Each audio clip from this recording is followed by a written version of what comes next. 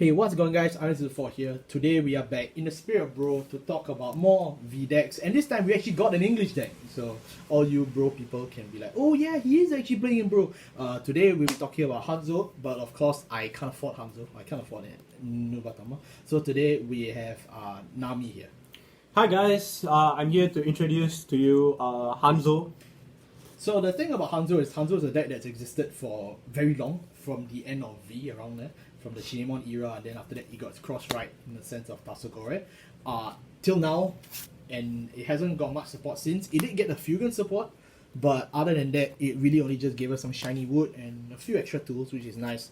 But Hanzo is a deck that I genuinely believe it to be an actually good rogue, no pun intended.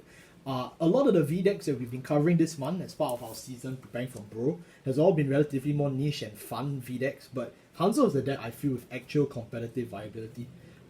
It actually was one of my few decks that I used to play quite often to counter against Steam Maidens, and without a doubt, Steam Maidens are still around, as you will see from the next video after this.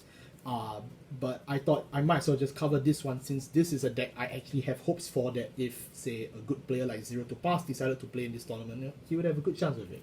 So let's get right into it. Our grade 3 lineup for our main deck is 4 Akatsuki, and then you play 4 copies of Tasogare.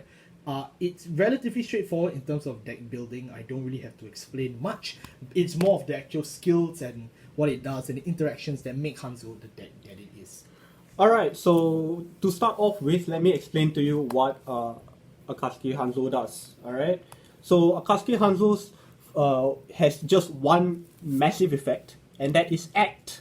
Once per turn, you can retire 2 grade 0 units. Has to be grade 0, and that includes the shiny wood? Yes. That also includes any grade 0 that you might just call from hand in case you can't get wood online. But so you can retire 2 grade 0 units, and until end of turn, Akatsuki Hanzo gains 20k. Then you can choose any number of rearguards on any player's field and return them to hand. After which, for every rearguard from your opponent's field that they had returned to hand, they discard a card. So, Hanzo is a very good control boss. He is able to deal with any deck that floods their board and minus them heavily and punish them a lot while gaining a significant amount of power himself. He is one of the few Nubatama bosses, besides Shiranui, that is able to gain power for himself. Fugen is also a relatively new boss, and Hozan is a thing. But when it comes to disruption and power gaining, Hanzo is one of the best decks in the format that can do it. In Nubatama that can do it. The other card that we are grade 3 that we're running is Tasogare Hanzo. He was released in Clan Selection, and he is the direct support to Akatsuki Hanzo. He makes it so that you have use for your tokens and your battle phase beyond just sacking them for Hanzo and some small intercepts. So Tasogare Hanzo has 2 effects. First of which being from hand at the beginning of your opponent's turn. You are going to be saying that a lot at the beginning of your opponent's turn. You can discard 2 cards and write this card on Akatsuki Hanzo as rest. If you do so, all of your rearguards gain plus 5k shield. Shield, Yes. and it's rearguard, so it's mainly for the tokens that you leave on the board. You can't call a card from hand later during the guard step and then declare against 5k shield. It doesn't work that way. Yes. So this allows you to have more defensive options, and since you are also riding, you also gain an additional protect marker. So Hanzo is one of the few decks in Nubatama that is able to turbo out protect markers. And specifically, it's going to be more rather than not, actually. The weaker give Protect 2. Because as you probably guessed from the token, which I think I should also address here, you generally want to build board defensive units and they intercept with a very high shield count. This is why I said at the start of the video that I believe Hanzo is actually one of the best Steam Maiden counters. It's because the wood token cannot attack and can intercept from the back row with 5k shield, and then you can just put it on a Protect 2, it instantly becomes like what, 20k shield? 20k shield, including Tasogare's effect. Goes over virtually any magic number that's relatively low costed, and you're gonna have as many of these as possible. You could have like 5-6 of them. It doesn't matter. So Very frankly, that's why Hanzo has such a good defensive aspect. In terms of its aggressive aspect, as you are starting to see here, there is a second skill that allows Hanzo to multi-attack at the same time. So you have a board-breaking boss on the virtual scale of Blade Master, if not 20 times better. You have a card that literally gives you a defensive and an offensive edge in the form of Hanzo's Midnight form, which is Tasogare, and then you also get tons of shield for virtually free. And a grade 2 game that's also very devastating, which we'll get to that in a bit. But shall we let them know about the real treat of this card? Alright, so Tasogare's second effect, why it's so good offensively, is in the soul. When your Vanguard with Hanzo in its card name attacks, so for some reason if you're breaking and you roll into Tasogare instead, you can still activate this. Yes. You can retire one grade 0 rearguard and superior call this to the field, and it gains 20k. And it can attack from the back row. Yes, it gains the effect to attack from the back row, thus essentially allowing you to have multi-attack in Hanzo. And at the end of the turn, you move him back into Soul and superior call an evil decoy token. So this guy does not stay on the field, he is able to dodge disruption and interruptions, and it's very hard to remove cards in the Soul. You can't in V. There is no card to remove stuff. Yeah, we don't have Seraph Pure Light in It's V. only Pure Light. Even Amon is like putting cards into the soul. It's basically helping Hanzo. It's like, hey, you want more win condition? Here you go. But in V, you don't have such a thing. So once it enters the soul, Tasogare just completely takes over the game from an unseen point of view. Yes. Do note that this does not say once per turn. So the more Tasogare Hanzos you do have in Soul, the more attacks you've got. It scales to late game insanely with you having maybe up to 5 32k attacks and 129k attack with one of the cards we are going to talk about later. So two things I actually want to mention is the 20k is also a reference to him getting the same power of Akatsuki. It's basically like because it's his, it's the same guy, so he's basically the same strength as his main base of the Vanguard Circle. But as Narmi correctly mentioned, both skills are not once per turn, but you only can use this skill when riding on top of Akatsuki during your opponent's turn. So generally speaking, the number of Tasogores you manage to pull out will determine whether you actually win or not. Which there are multiple ways to search out grade 3s, because this Nubatama, as well as putting cards into the soul. So frankly, there's not much really worry about. It's not as slow as you think it is, as well, every turn of my opponent, then I slowly ride one Tasogare. No, that's really not how it works. You really only need just one copy of Akatsuki in circulation, if I'm correct. Yes. You frankly just need one as your grade 3 ride the first time, and then it just spirals from there. After that, you can just use him as discard fodder, PG, whatever you feel like it. Yes. So that's mainly one thing. The second thing I also want to address before we move on is, while I mentioned this is a Protect 2 deck, you can feel free to actually play Protect 1 if the situation really needs you. If you're playing against any red clans, you most likely want to play Protect 1 instead. More rather than not, you would be playing Protect 2 because it's more fitted around the wood strategy. But it is an option to play Protect 1. I know there are some people who play Hanzo that I've talked to, and they're like, no, you can only play Protect 2. No, that's not true. You can actually still play Protect 1. So if you are planning to play Hanzo in our upcoming bro, or if you're just planning to play Hanzo in general because you understand V is fun and you understand Hanzo is fun, then do yourself a favor, pick up both, because you never know. Also, do take note, the amount of power Hanzo gains, 20,000 power, is actually massive because it hits magic numbers. 32k is asking at least 2 cards to guard from your opponent. It depends. In most cases, as long as they don't hit a defensive. I mean, if it's a force and I throw a 20k shield, then I mean, nowadays most people are moving forward to heal Guardians instead Or of playing the 20k heals. So you can more likely or not try to rip 2 cards. Yeah, it still is a good number. 20k is and if you're playing Protect 2, Tasogare can be 37 on the Rearguard Circle, so you're definitely ripping out. That's definitely a magic number, yeah. 2 cards from your opponent's hand every single turn. So not only are you breaking their field, you're also asking a lot to guard, which is why Tasogare is able to scale insanely in the late game. But that is just between the 2 boss monsters. Now let's move on to the rest of the support that the deck has to offer. Yes. Moving on to our grade 2s. Our grade 2s, we played 2 copies of Zangetsu. We actually had to cut down Zangetsu because the cards are so good. 4 copies of Yamashibuki and 4 copies of Jaijin. So let's break it down real quick. Alright, let's start with the main token generator of the deck, main battle phase token generator, Yamashibuki. Okay, Yamashibuki has 2 effects The first effect being continuous during your turn.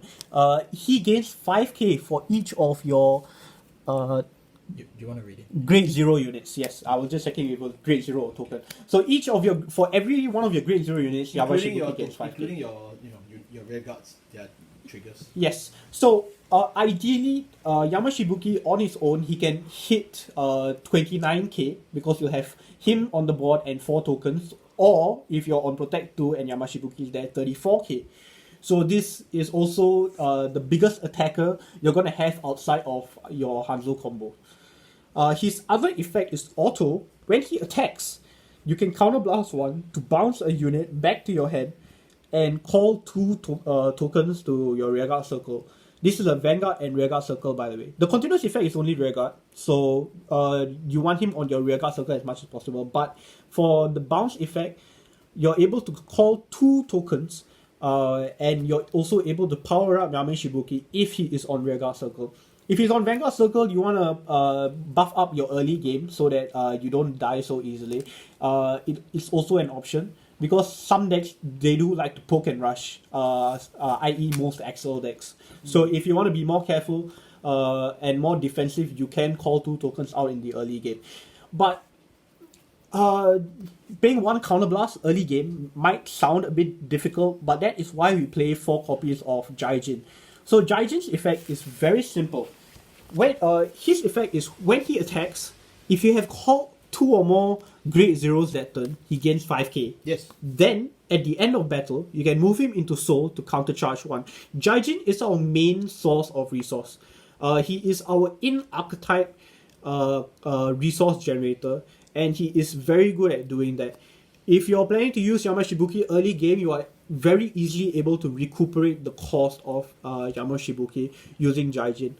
Late game, he is also a decent attacker. He also clears himself from the board, thus opening up your circles. You'll find why that is important later when we go to our grade 1 lineup.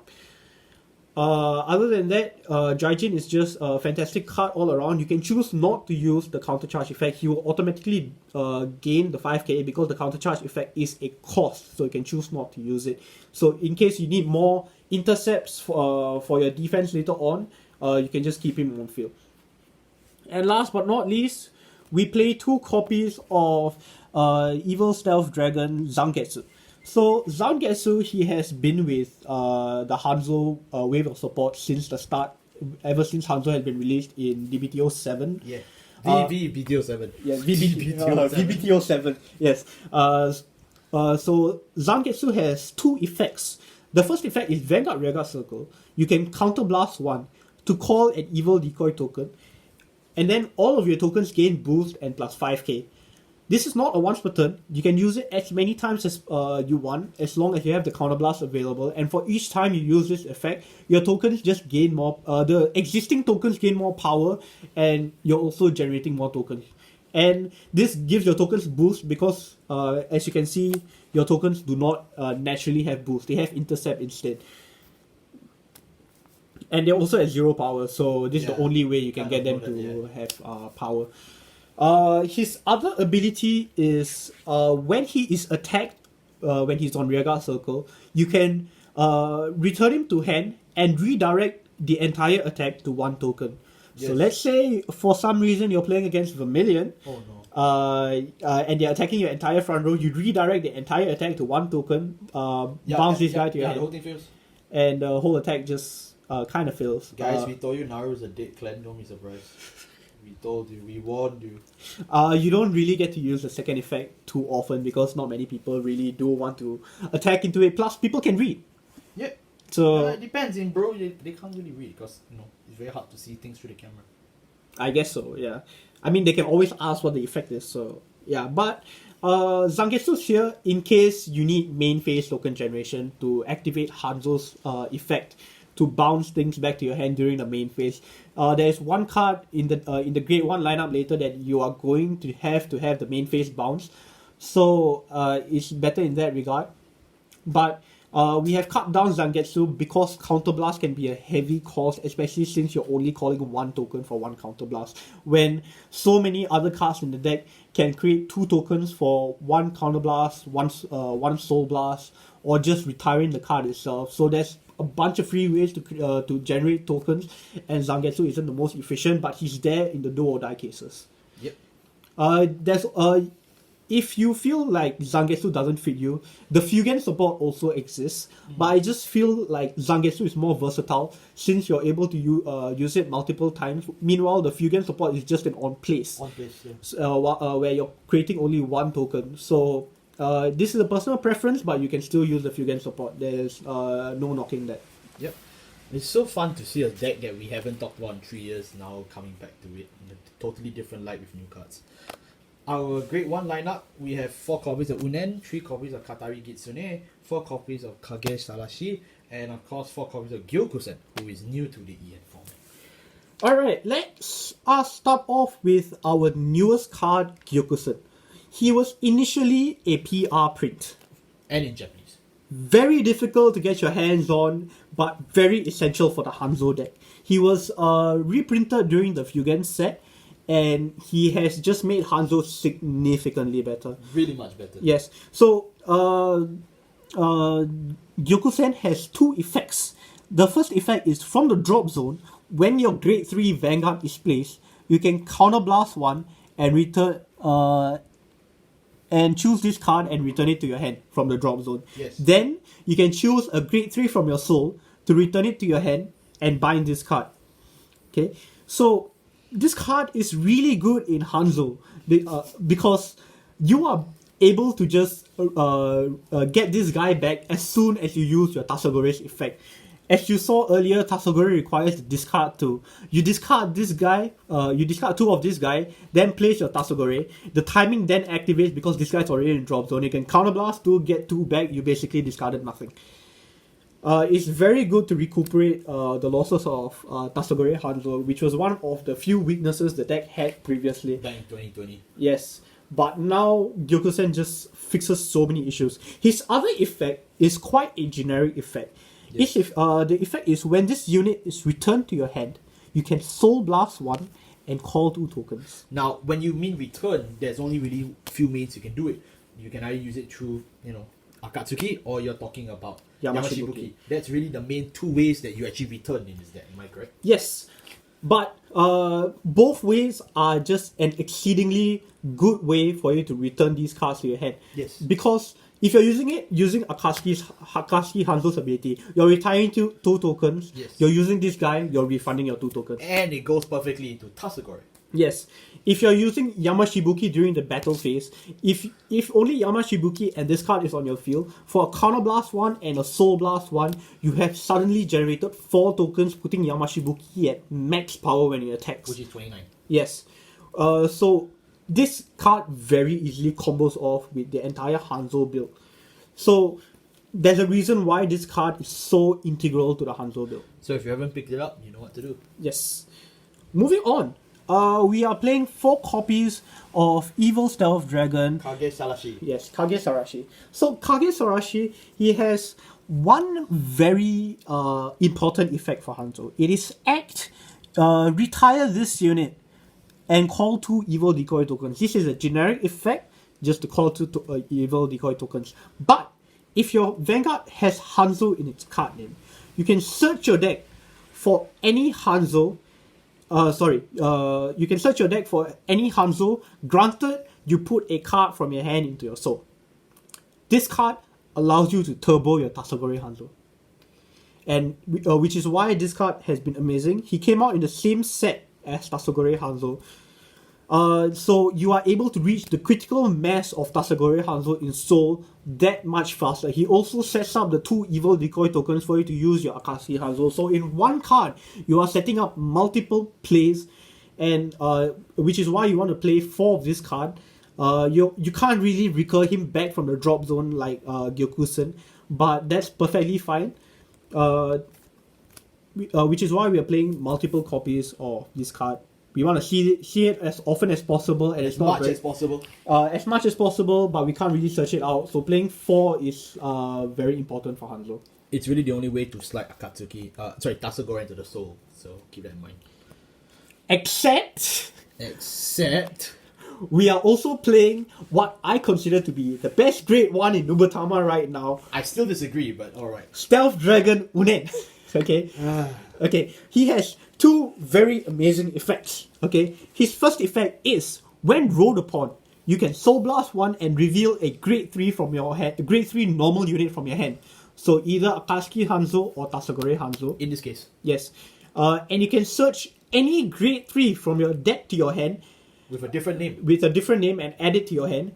And then you put a card, you shuffle your deck, then you put a card from your hand to the bottom of the deck. If you have a quick shield, if you put the quick shield, it disappears. So there are, okay, as you can see right now, there are 2 targets. But if you see our trigger lineup, we are also playing the Heal Guardian, which is your 3rd target. Yes. So if you think your opponent is gonna rush you down, search out the Heal Guard. If you're missing either of these 2, you can search the other out. Yeah. So I mean, if you only have a Heal Guard, you want a right target, you can also just look for Akatsuki. No, you have to reveal a grade 3 normal unit. Oh, it has to be a normal unit. Yes, okay, right. Because Heal Guards are trigger units, right. You can't really reveal it. So it has to be one of these 2, and you can branch into whichever of the 3 you're missing. Yes. Okay. So this is just a right fixer. It's a combo piece searcher. Unen does a lot when he's rolled upon, so you want to ride Unen as much as possible. But if you're unable to ride Unen, he still has other utilities in this deck. There's a reason why I don't play this card, as you can tell. Okay. Carry on. Okay, Unen's second effect is, at the end of the battle, it boosted. You can put the boosted unit into Soul and return 2 rear guards to your hand. Wait, so that means up to 3 rear guards leave the field? Yes! And you can also just slide in Tasogare as a boosted unit. Yes, you can. But, I mean, it only would work if you actually manage to also have on the same board as well a copy of your Yamashibuki as well as your Gyokusen. Then you can actually refill the board with tokens and then continue the play. No, because Gyokusen effect says when it's returned to hand, you can Soul Blast 1 to call 2 tokens. So you can just return it with Unen. Yes. Oh. Yes. So Unen plays several roles in this one deck, and it's kind of amazing. So I say you play 4 of this so that you can either A, see it as a right target, or B, see it as your combo piece extender and your fuel, so that you can reach your end game as fast as possible, which is normally having 3 to 4 Tasogares in Soul. Alright.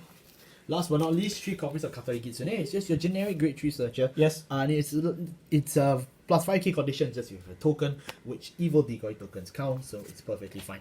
You play 3 because you still want to make sure you can find your grade 3s. As you can tell, grade 3s are a huge and very integral part of our game plan. But if you play too many of just simple grade 3 searches, you're going to lose out on all the amazing utility that Nubatama actually has to offer you. So frankly, it is okay for you to play this at about 2 to 4, but we find 3 is a relatively safe mix, so you still get your consistency and you can still enjoy the rest of the deck's wonderful consistency. Just so you know, because Hanzo bounces him to hand, as long as you have 1 in rotation, you can keep using the search effect.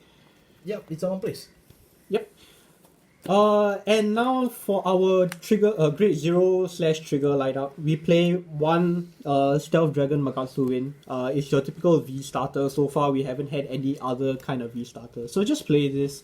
It's pretty normal. We play 4 crits, 8 draws, 4 of them being draw PGs, and 4 Heal Guardians. Okay. Why 8 draw? We need to see our pieces. As you saw, a lot of our grade 1s cannot be searched out.